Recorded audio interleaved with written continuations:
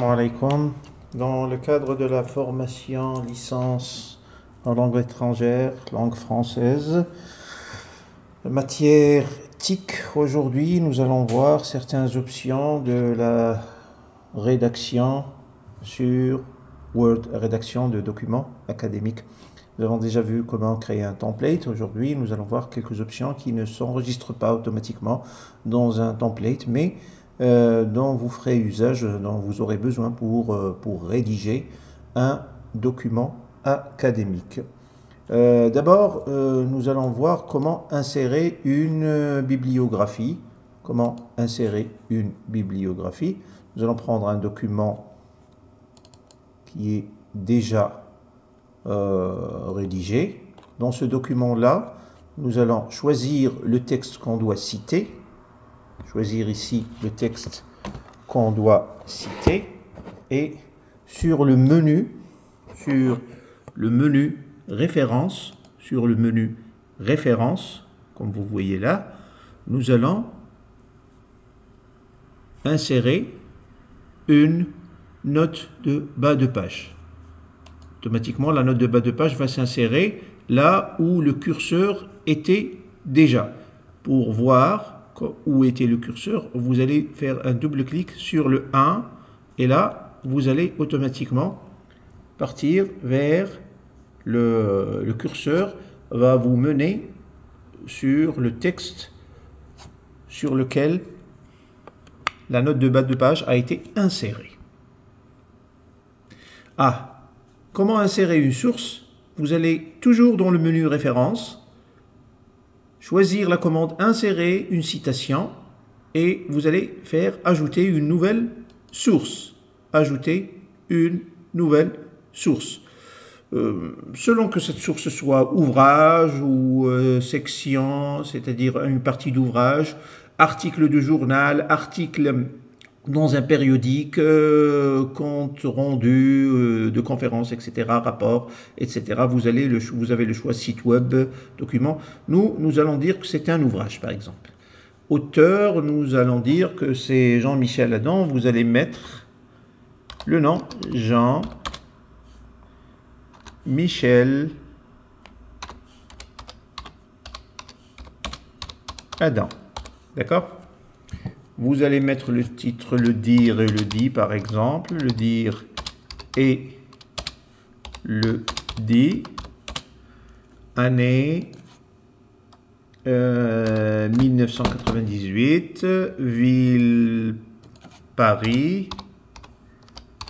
Édition, on va dire que ce sont les éditions Gallimard, par exemple. D'accord? Nous allons insérer, bien sûr, afficher tous les champs de bibliographie. Il y a une commande où vous devez afficher tous les champs de bibliographie. Donc, s'il y a un volume, c'est-à-dire si ce livre est en plusieurs volumes, vous mettez le volume. Nombre de volumes, combien de volumes y a-t-il dans ce livre? Traducteur, si c'est un livre traduit.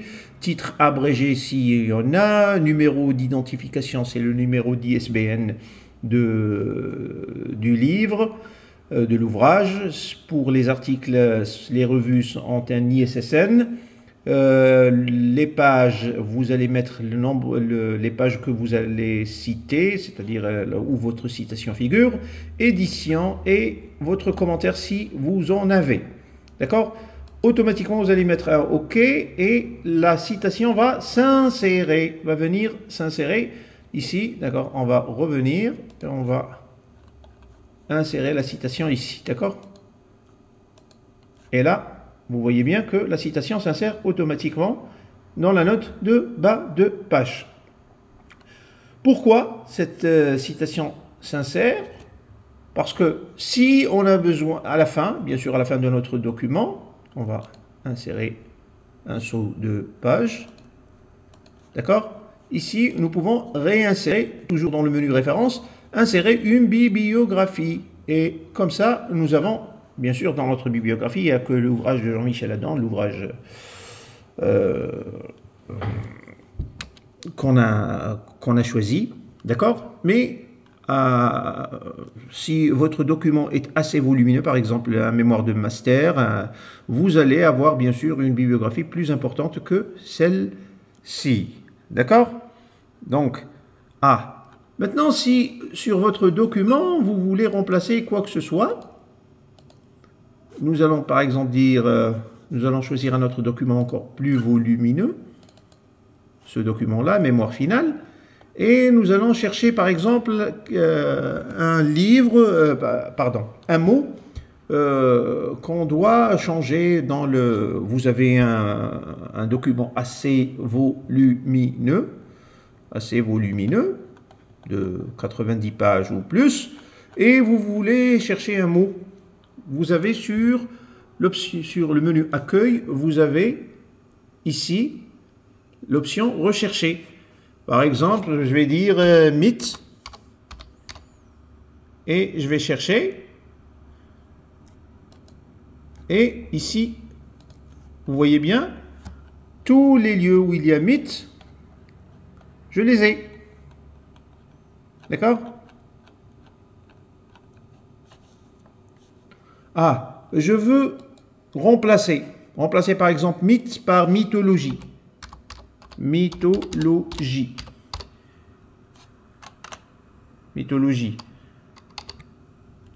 Je vais mettre remplacer tout, soit remplacer tout ou remplacer un lieu.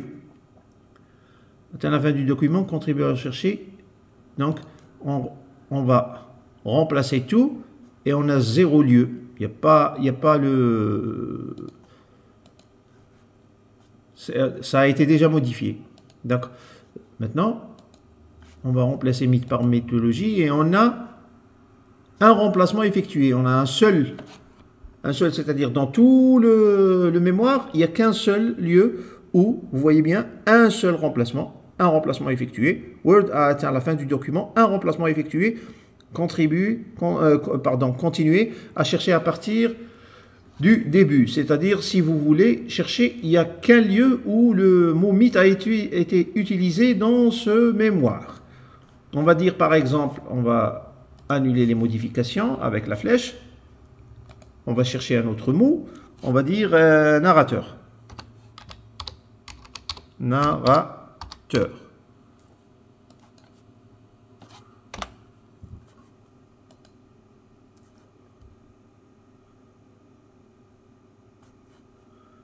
Ça y est, vérification terminée, le document de l'objet de recherche n'a pas pu être trouvé. Il n'y a pas de narrateur dans le, on va dire, livre.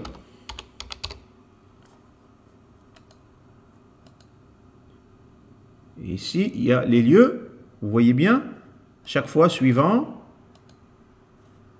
on trouve les lieux où il y a livre. Si vous voulez remplacer livre par exemple, feuille, et là, on remplace tout. Il y a 3 emplacements où le mémoire utilise le mot livre. Donc, on peut remplacer. D'accord? OK. Et là, vous voyez bien que le mot livre a été remplacé par feuille.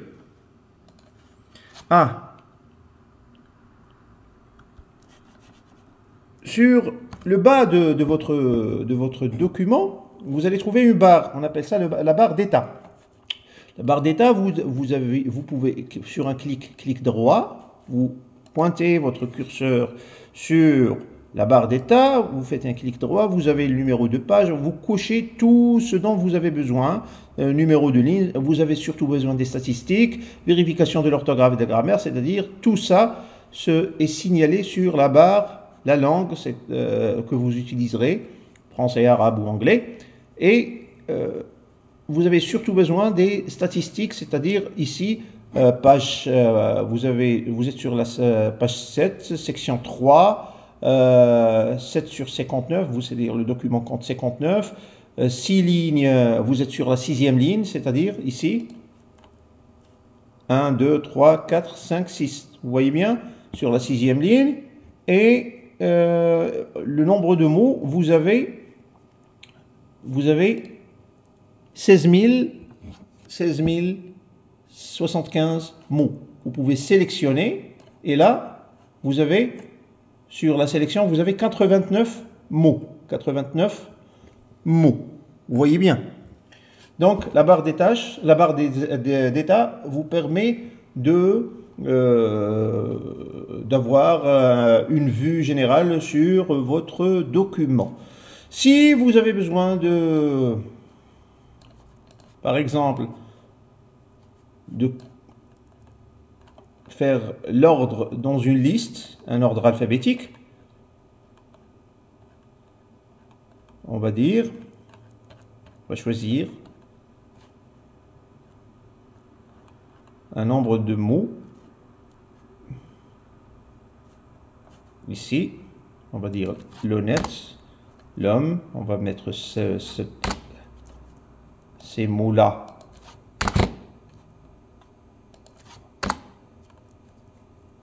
dans un désordre. Vous voyez bien ici, je les mets dans le désordre. Et pour les mettre dans un ordre alphabétique, je vais sélectionner ces mots-là et aller toujours sur la commande du menu Accueil, ici AZ. D'accord? Et ça va se mettre dans l'ordre alphabétique. C'est-à-dire, je choisis, je sélectionne la liste que j'ai et je vais directement sur la commande AZ ici, de classement, d'ordre, pardon, et la liste va se mettre dans un ordre alphabétique. D, E, H, I, L, P, bien sûr, en fonction du premier mot. De la première lettre, pardon. En fonction de la première lettre. Ah, je vais vous montrer aussi une astuce qui vous serait très utile. Par exemple, je vais mettre les initiales de mon nom. KN. KN. Ici, ça va me la signaler, le Word va me la signaler comme erreur. KN, il n'y a pas de mot KN. Donc, je vais pointer, ce qu'on appelle la correction automatique, je vais pointer le curseur sur le mot en question. Je vais cliquer un clic droit et aller sur la correction automatique. Ici, vous avez, le Word va vous donner des propositions, des suggestions. Non, je ne vais pas aller sur ces suggestions et je vais aller sur l'option de correction automatique. D'accord? Je vais mettre KN, d'accord? Et sur ce KN, je vais écrire, en face de ce KN, je vais écrire mon nom. Khadir Nabil. Et je vais ajouter. D'accord? Ajouter à la liste de la correction automatique. D'accord? Et je vais faire un OK. Là, vous voyez bien ce KN. Automatiquement, lorsque je fais l'espace, ça va s'écrire KN Khadir Nabil.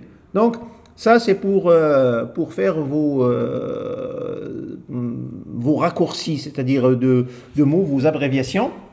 Au lieu d'écrire si un mot se répète, c'est-à-dire, par exemple, narrateur. Narrateur, vous allez écrire nar.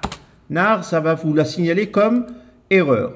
Vous allez partir, pointer votre curseur, clic droit, curseur sur le mot en question, curseur, correction automatique, option de correction automatique, et vous allez mettre nar, ici nar, narrateur. Remplacez nar par narrateur. Vous allez ajouter OK, et là, automatiquement, à côté de nar, lorsque vous mettez espace, ça va s'écrire narrateur. D'accord?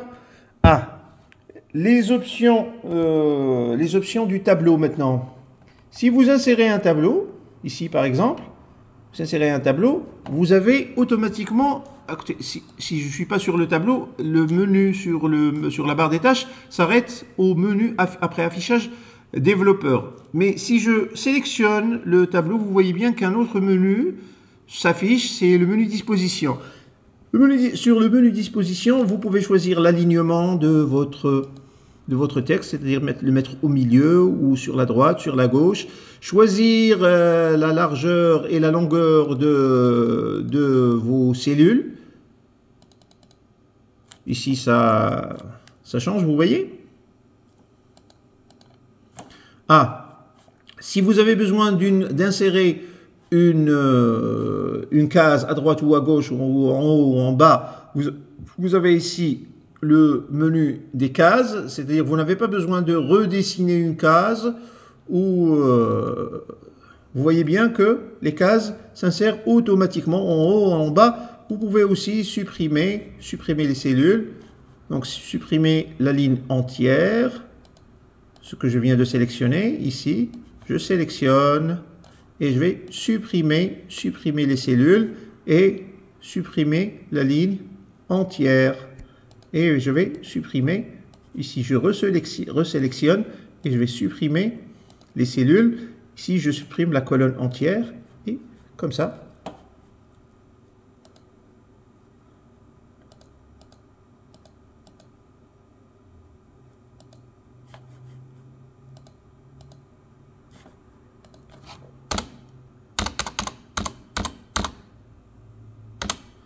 D'accord?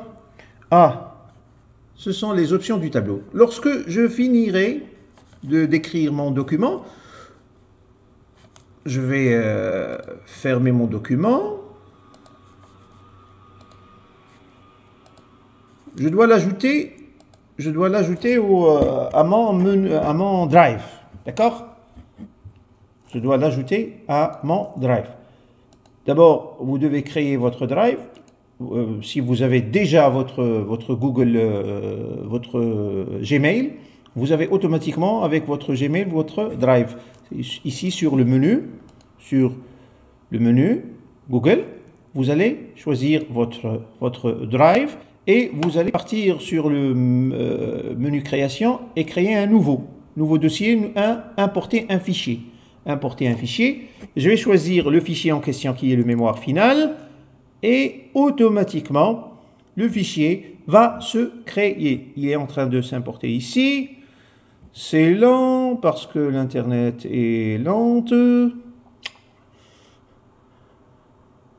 Donc, je vais choisir un autre document qui soit un petit peu, annulation de l'importation, qui soit un petit peu plus petit de taille. Donc, Drive. Choisir un document, nouveau, importer un fichier, et je vais choisir ici un document qui soit petit, proposition de communication, ici, ou relation du narrateur à la... Et là, ça s'importe, ça c'est importé, ça y est, c'est importé. Ah, maintenant, vous allez, pour voir votre document, le document que vous venez d'importer, vous allez choisir le menu récent. Récent.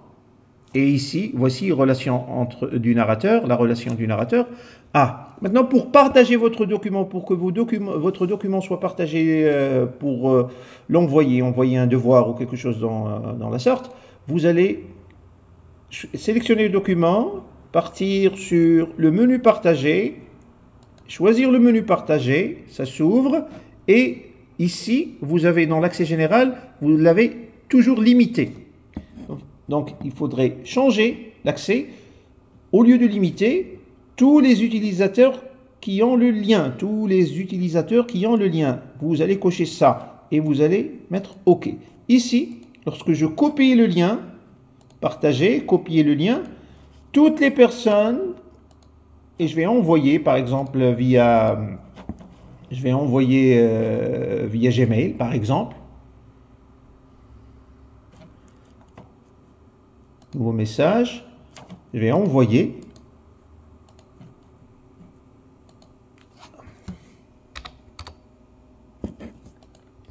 Maintenant, cette personne qui va recevoir je peux l'envoyer, je peux le mettre sur une publication Facebook, sur toutes les personnes qui auront accès au lien pourront accéder au document. Comme ça, l'accès ne sera pas limité.